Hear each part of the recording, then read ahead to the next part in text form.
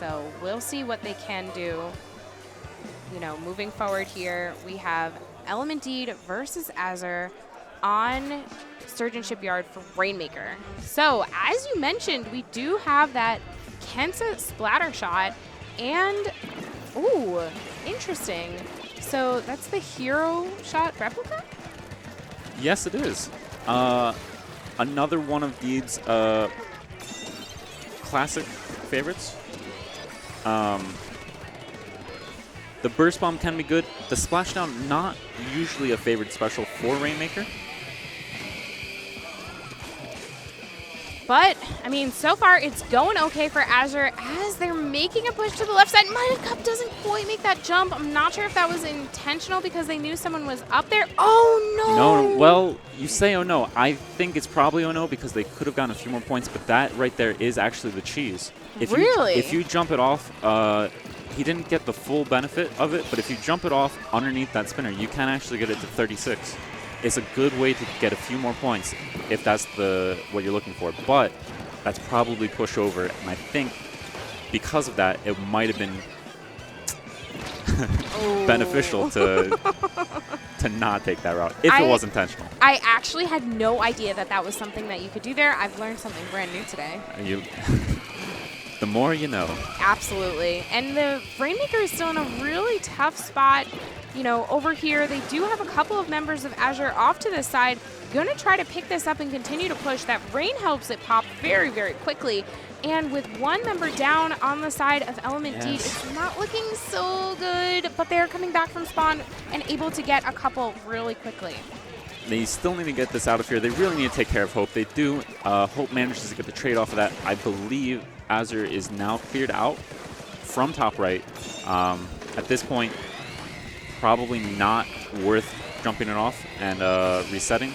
You want to use the Rainmaker here to get back map control because it is such a strong weapon, not just for killing, not just for slaying, but for painting. With that unlimited ink tank, it can be possibly the strongest weapon in the game. I've heard it many times that the Rainmaker can take out players. Etsy getting two right here. Some beautiful really good shots. job. Exactly what you were talking about. But he has found himself, that's not the worst position. I think he probably ended up seeing that they went 2 down. That might have been the end of his ability to hold on to it, and he just moved it to a slightly worse place for Azure to move it out of, which can be very key. But with that said, yeah, it looks like this is where Azure is continuing a push forward. I mean, they've already pushed it up to 20, and I believe there are still members of them within that right-hand corner just waiting for a better opportunity to continue to push this forward. There are a few. Gets called out by Deed over here. If they can get the pick, gets the pick on Pika and Co-Pilot with an assist on Mudkip. Now, Etsy not quite able to get the full wipe, so the jumps will come back in, but that probably got called out pretty quickly. Wow. Hope closed that Brella just in time to get that shot off. A very impressive kill. Really wonderful job. Even waiting, you know, it took 2 members of Element D to be able to take out Hope right there. Yes. Pika coming around, waiting for a couple of other players, I think, just trying to, like, shark around, not quite shark, I guess, flank around for a couple of other members. Gets 2. Can they get the third? Beautiful triple right there. In that situation, callouts have to be on point. Otherwise, you do see it being 3 instead of just a simple 1-for-1 trade. And it's kind of a delayed quad taking out Fletch as well.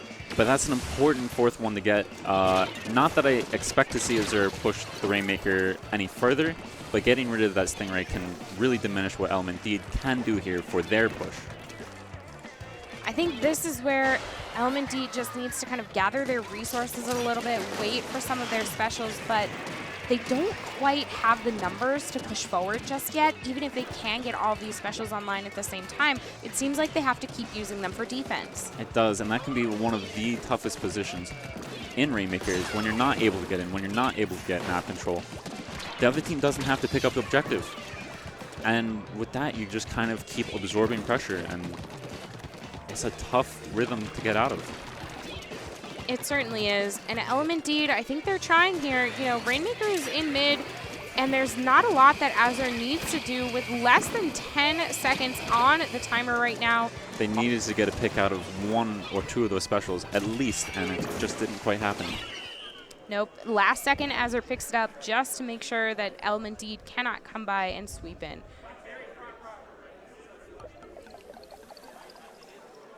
But I think, you know, I think it was a pretty good game. I think Azure kind of got very quickly to a fantastic lead that they were just able to kind of keep that pressure up and that momentum going to stop Element Deed from coming back and going elsewhere.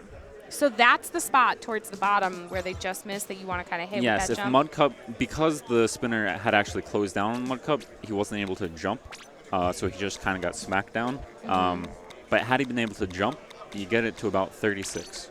And the Rainmaker stays at that position. It does, which can definitely help lead to extended pushes. Well, I mean, it's a great way to cheese the system here and exactly, you know, what we were looking for. So we'll see what they're able to do, though, with Tower Control on Snapper Canal. This is one of my favorite map modes to watch. This is one of my favorite map modes to play. Okay, yes. So we're in good company yes, here. Yes, we are. It's so much fun for me, not just because I love being able to watch people kind of go through this tower, and you have to be very cautious in terms of a lot of these water traps and when you're standing over those areas. Yes. At the same time, it can make for some fantastic plays.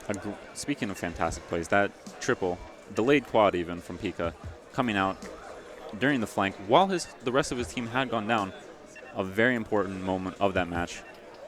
But you do have to say that Azure really solidified the result early on in that match, and from there on they just continued the pressure. They certainly did. Even coming in here, I really thought that Pika would have had that shot.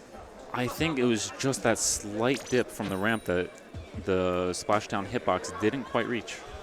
But 3 members were firing at yes. Pika to be able to take them out.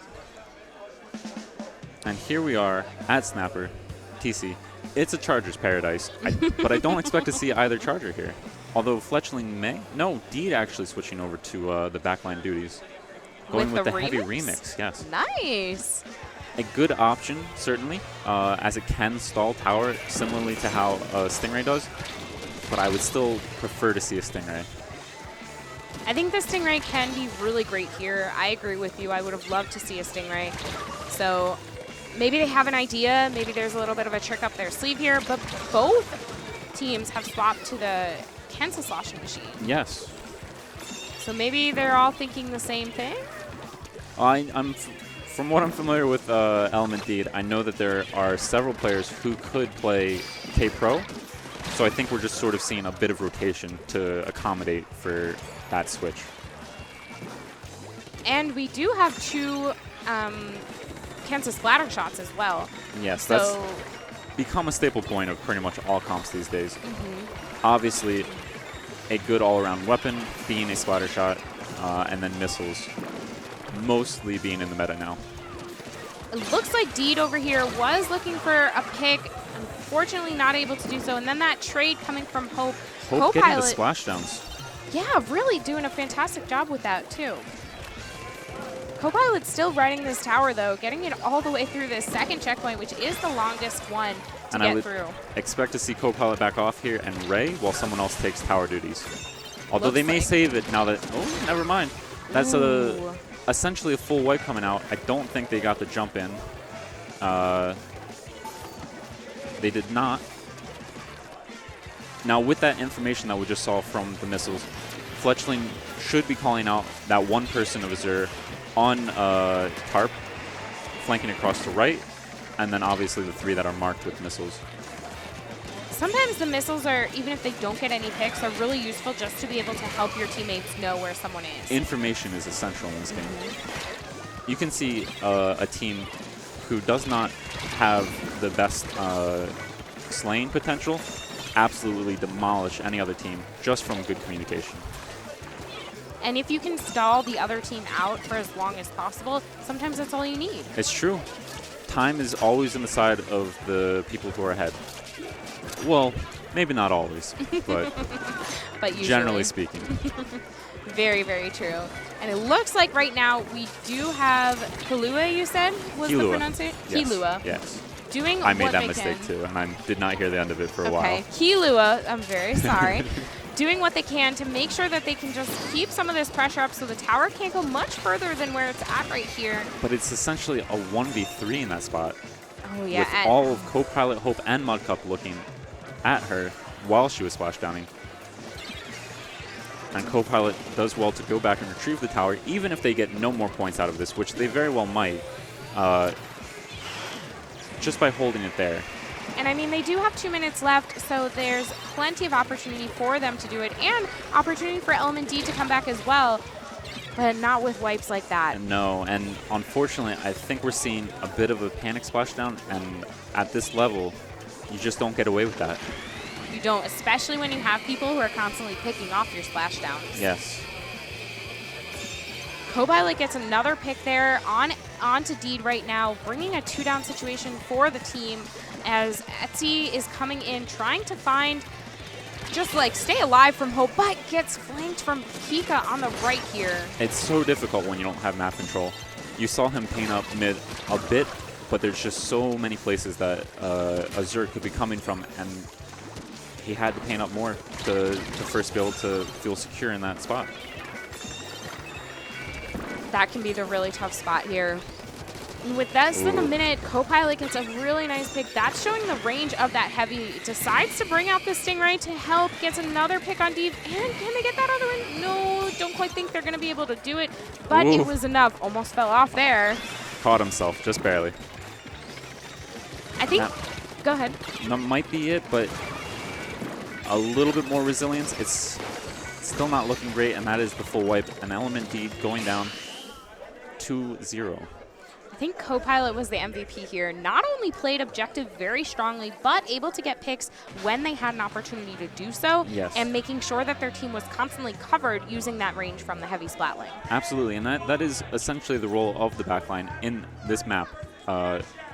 Be sure to have Stingray ready for pushes, make sure that the tower does not go too far away, and make sure that the other team is not able to find their way back in when the rest of your team is wiped.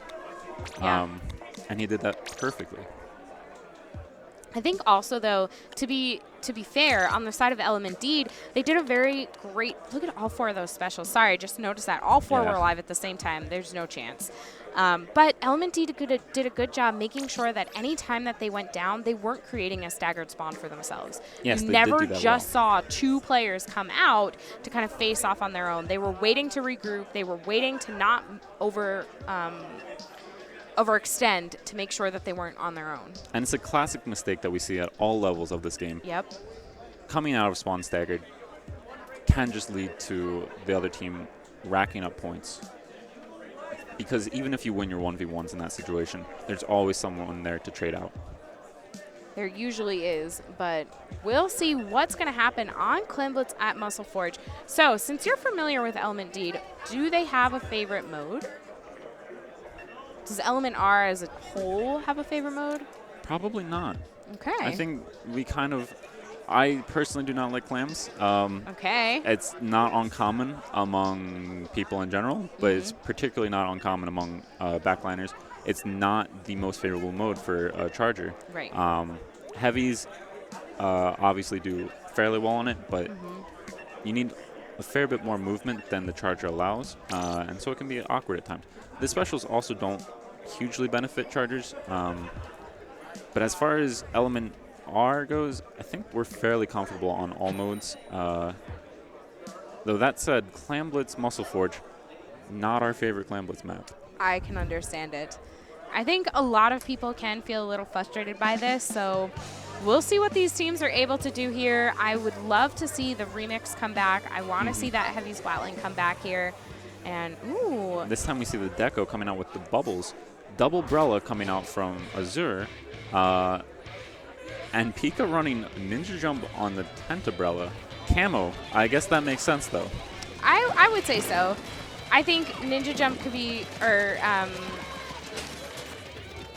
was a bit of a pun in there with camouflage. Yeah, yes. that's why I stopped myself, because I realized the pun as I started saying it. I'm like, oh.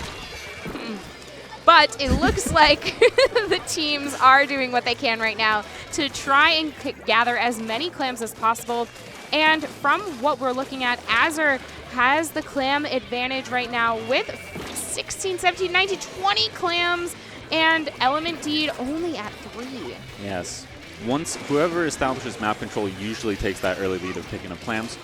Deed using his baller to push back in there, see if he can get a pick or at least slow down Azure's ability to create a football and start their push, which may have worked. We see Hope going down and Fletchling getting a nice pick on the football carrier. Oh, I thought those bubbles were going to help because in the face of that Tentabrella, I think the bubbles could be the deterrent there, but still able to just push through with that hammer and get that first power climb in. It's such a strong special. It is truly one of the best counters to bubbles, along with most things. And this is why I love watching Tentabrella for clams. Since the mode came out, it was actually one of my favorite weapons to watch in this. Really? Because I feel like it's so strong for clams because you offer enough protection for anyone who's coming in with a power climb behind you. It's true, and I know Fusion a while back kind of called it as an underrated weapon for clams. I agree. I've had plenty of friends who have played it within League and solo queue, and it's just now become much more popular, and I love being able to see it. And I'm sure as Fusion thinks too, hey, I thought of that. Yeah. And in that time, we did see Element Deed throw in one football. They weren't able to add any more clams, so they do, of course, go back to 81, as there's no ties in Splatoon. But they have made good progress so that if they are able to get the next football in, they will take lead. However, with the hammer coming out, the Booyah Bomb coming out, and Element Deed going two down, 2 footballs. They have one that Can they get the last one? Probably not, yeah. But right on cue, Pika coming through with the Tenebrella, able to throw in many more clams.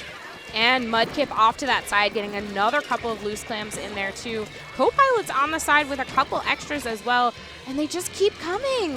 Yeah, they need to find Hope right now, otherwise this might be the game right here. They have the clams ready. They essentially just need to jump it in and throw, and that is the game. They didn't even need the jump because Hope's Brella created a fantastic shield for Pika to be able to kind of push forward for that. Yes, as good as Tenebrella is for defending your team, Splat Brella is no slouch either. You're right. You're right. This is why Brella is so nice in general to be able to watch. As a spectator, yes. As a Charger man, no. No.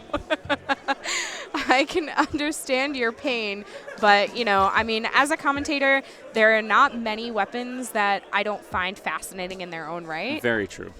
And there are some, like, watching a hammer special pop out, that Ultra Stamp can just run a path through almost anything in its way, yes, and I love that. This was such a well-coordinated push, too. This was so good. And if they had that last power climb, my only kind of question here is right off to the backside, we see Co-Pilot near a clutch of 4 clams. So they could have, Co-Pilot wasn't facing anyone there, maybe just building a special, maybe ready to kind of be able to come back in. Might have been respawning, and they might have chucked the football back to their snipe. Just not able to get there in time.